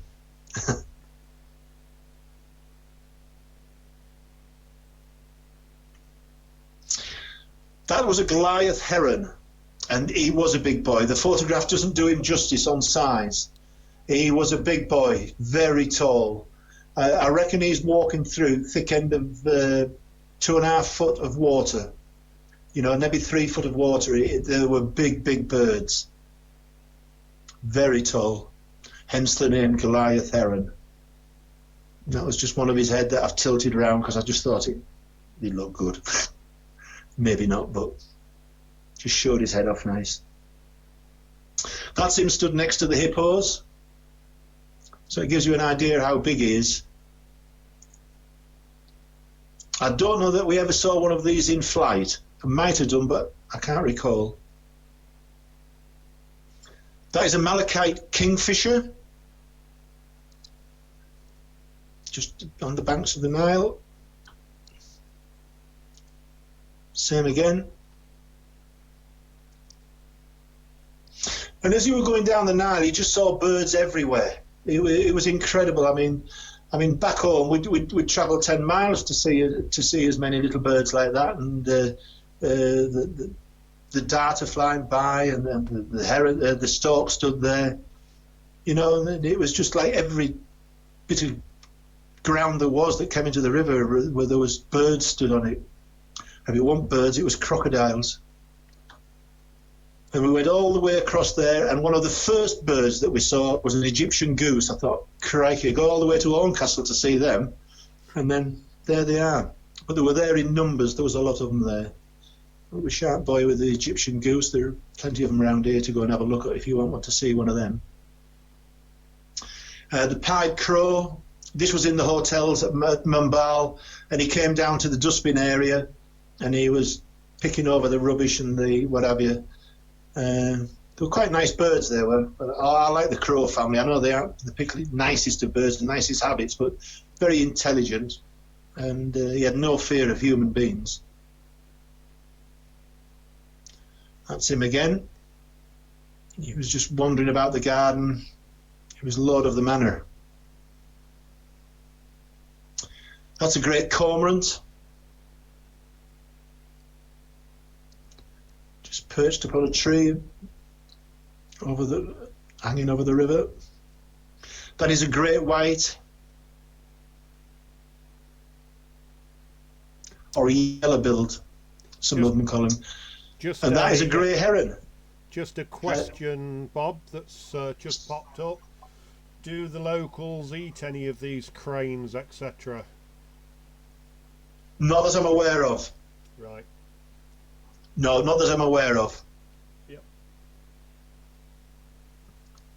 That is a grey heron that exactly the same as our grey heron, to be fair. And I got some grey herons on my field trap last night. Got some beauties of him. That is a little egret. There was lots of them. They used to fly in flocks. It was not unusual to see 30 or 40 of them flying over, and always flying into the sun where you couldn't get a proper photograph of them flying, or for me. That's the way it seemed to work out. But they were everywhere. Another one. That's the pied kingfisher, the one that was stood with the bee-eater. They were everywhere. And when we first pulled up in the morning, they were here, there, they were diving into the water. I thought, must get one of them, man. Well, I got fed up of seeing them at the end of the day, but they were so fast. And I tried and tried. In fact, I gave up because I was trying to get one in flight and I just never managed it. And trying to get one going into the water, I just never managed it. But they were the most abundant bird that we saw on the boat trip. But yet, when I first got out of the vehicle in the morning, I thought, oh, crikey, must get some photographs of this one. You might not see another one. Wrong. There he is. I think they were nest building. They were collecting mud. As you can see by his beak, he'd been carrying mud. That is the grey-crowned crane. That is the national bird of Uganda. And this was out on the delta when we went on a little bit of a safari, and about 10 miles from the falls, and we went to this place and there was loads of them kicking about, and they were flying. They were lovely, but we couldn't get really close to them because of the vegetation, and we were told there was a lion in the area, so we stayed in the vehicle. And she did allow us to get out, but we had to stay 3 meters from the vehicle in the middle of a bit of a bare patch where the stud garden. At the clap of hands, you had to get back in the vehicle, but we never saw the lion. That's another one. National birds, beauties. They do either. That was my view, often, of birds and animals while I was across there. Got the back end first. That is a Skuko heron. I think I'm pronouncing it correctly, but that's a bit better of him when he turned around eventually and decided to have his photograph taken. And again, he was collecting snails, frogs and whatever. Even the driver of the boat got excited when we saw this one. He says it's very...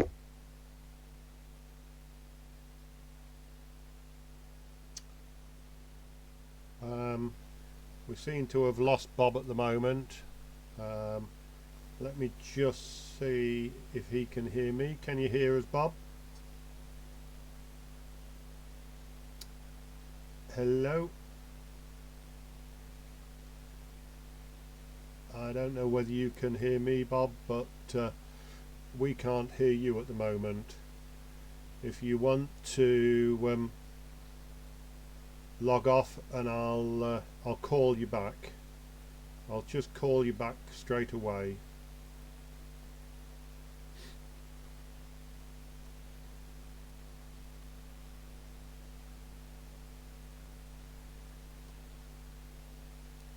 Yeah, sorry about this, folks. We're on a connection, and at the moment we've just lost Bob.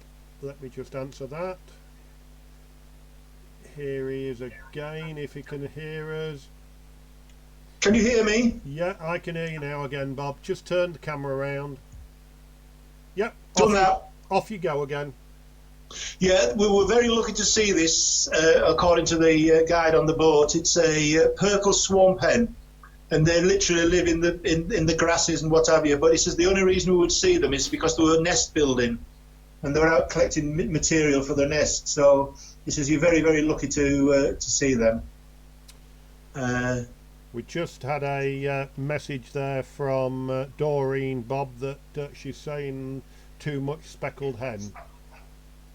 Too much speckled hen. That is a spur-winged plover. I'll chase along now because I'm conscious of the time. That's another spur-winged plover. That is a long-toed plover. That is a mayor's parrot. There he is, sat on the top of his perch. That is a white-browed cuckoo.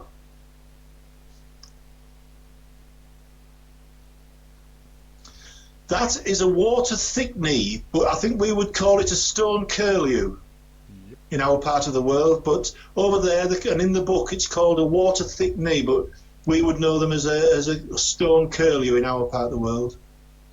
That's the red-throated bee-eater. That was the one who was up the sandbanks. There he is, sat on his perch. Quite obliging. That is the yellow-billed great white egret.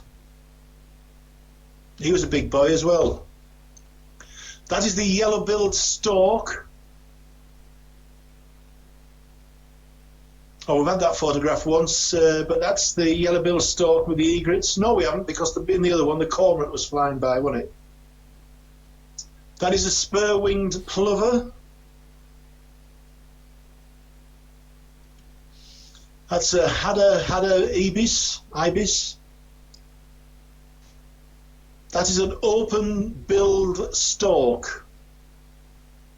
And these little devils, I tried to get photographs of these flying. It is a wire-tailed swallow, and again, I wasted a lot of pixels trying to get one flying, failed miserably. So in the end, when he sat on a tank near the bank near the boats, I got him sat still, but that was about the best I could get of him. He wasn't very obliging at all.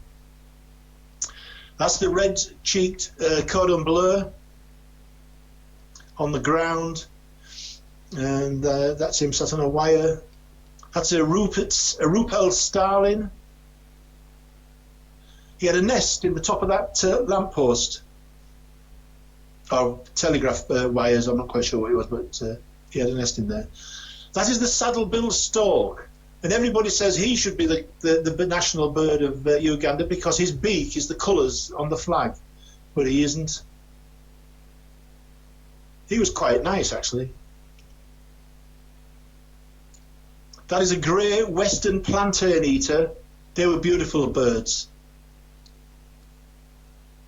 They were lovely little birds. That is a speckled pigeon. That's him on a rooftop somewhere. That's the perch. It's a great cormorant perched. I forgot to put these in earlier on, so that's why that was him when he took off from the bush. He was sat up there, then he just luckily went and was lucky enough to get a photograph of him in flight. That is an African wattled lapwing. Funny little birds. They were running about like nobody's business. And when we was away from the falls and the river, that's the countryside that we was driving through. It was just mile after mile after mile of savannah. It was, you know, it's not the prettiest place to dig, but it's just full of wildlife. And the trouble is, you can't go walking because you can't see what's there, and there are lions there. We never got. That is the nearest that I got to a lion, and I was told that footprint was about 2 hours old. That was when we was near the cranes up on Albert, on the delta up on Lake Albert, going up to, leading up towards Lake Albert. And that was the nearest I got to a lion, was his footprint, and I was told it was 2 hours old. I couldn't argue it because I don't know. Hippos were everywhere, but they weren't very obliging. They just laid in the water. Very rare I saw one stood up when we went.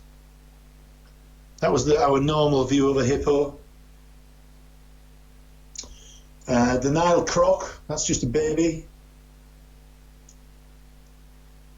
That one's a bit bigger. He was just sat there with his mouth wide open. I don't know what he was expecting to fly in, but probably keeping cool, I guess.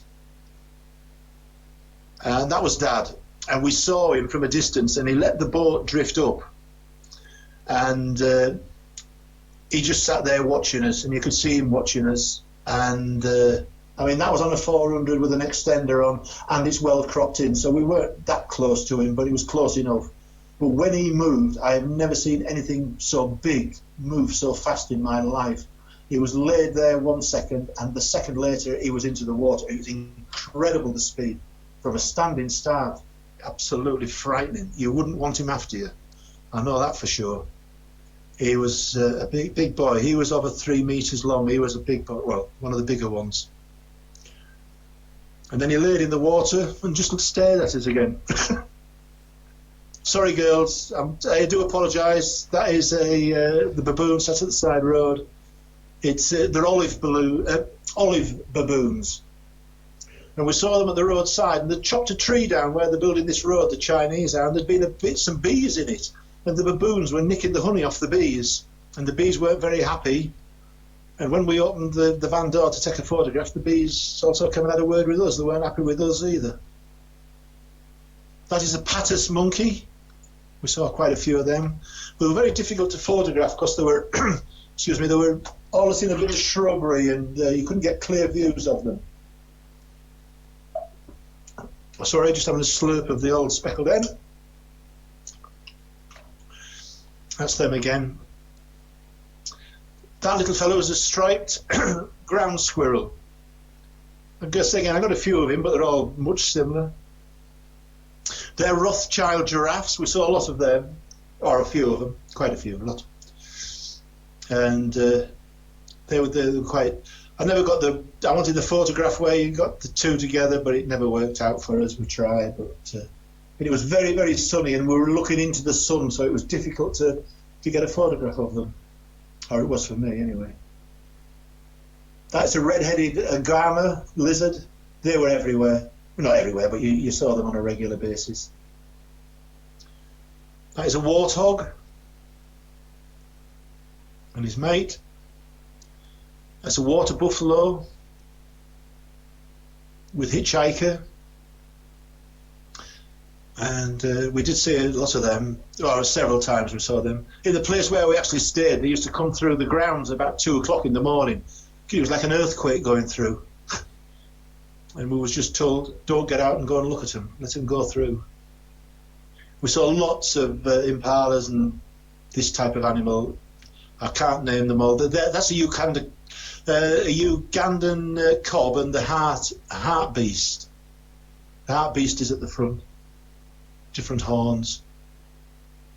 That's a water buck.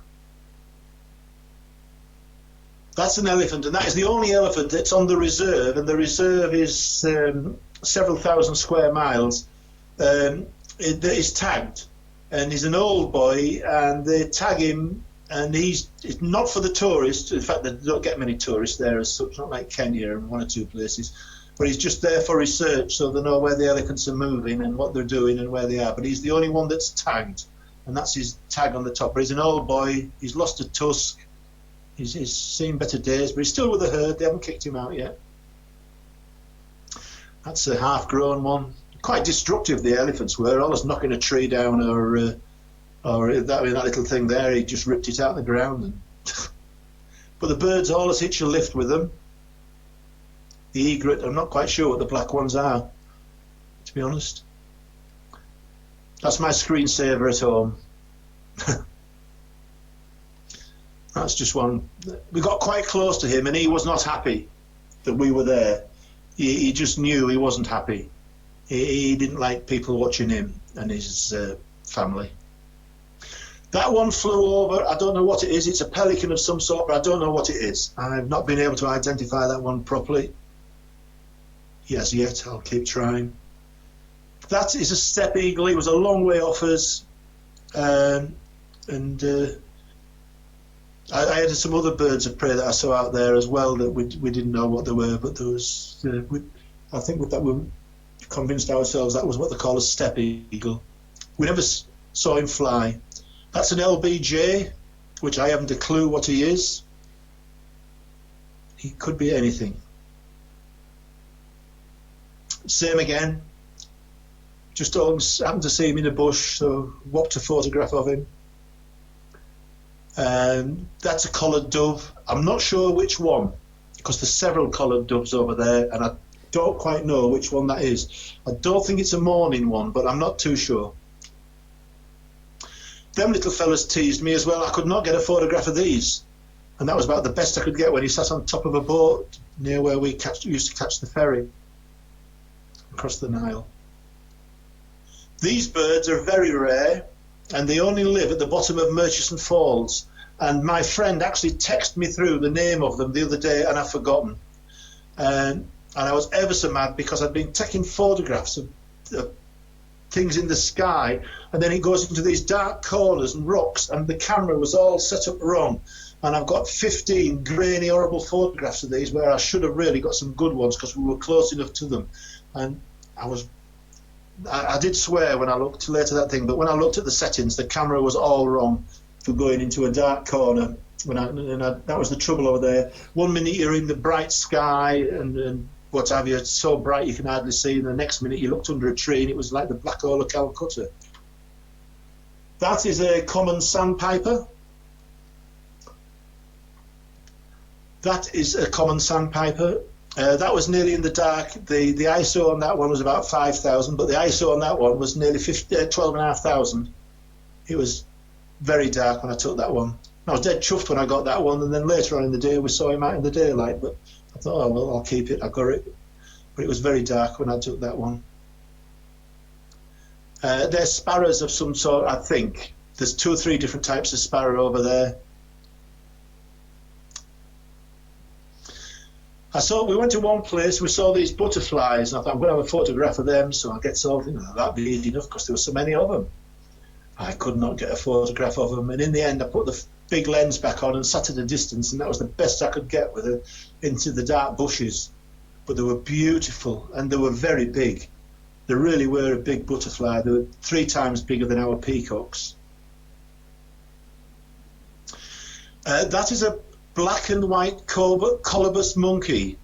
It's a rare monkey. It's threatened, and I actually saw them twice, but that is the best view I got of one from behind. They've got a very long tail. The tip is always white, but on some of them they're all white. They're very long-haired, and twice I was in places where they were, but I could not get a photograph of them at all, and that is the best I could do. So things don't always go to plan, and these photographs that I'm doing at the moment, things didn't really go to plan. It was nearly dark when I took that photograph, and I so much wanted it to come out because this cat and bird were taunting each other, and it fired off at about 1/100th of a second and far too slow, but it was nearly dark. I've had to brighten it up and everything, but I just wish that photograph had come out, but it didn't, so you can't win them all. It'd be nice to win one now and again. That little devil was at the hotel in Kampala, and he used to taunt us at breakfast. He was always there, and I could not get a photograph of him worth talking about. So, you know, we've got 1 or 2 half-decent ones, or good record shots, shall we say, but there's 1 or 2 where we failed miserably, so I'm not bothered. I'll show you my failures as well.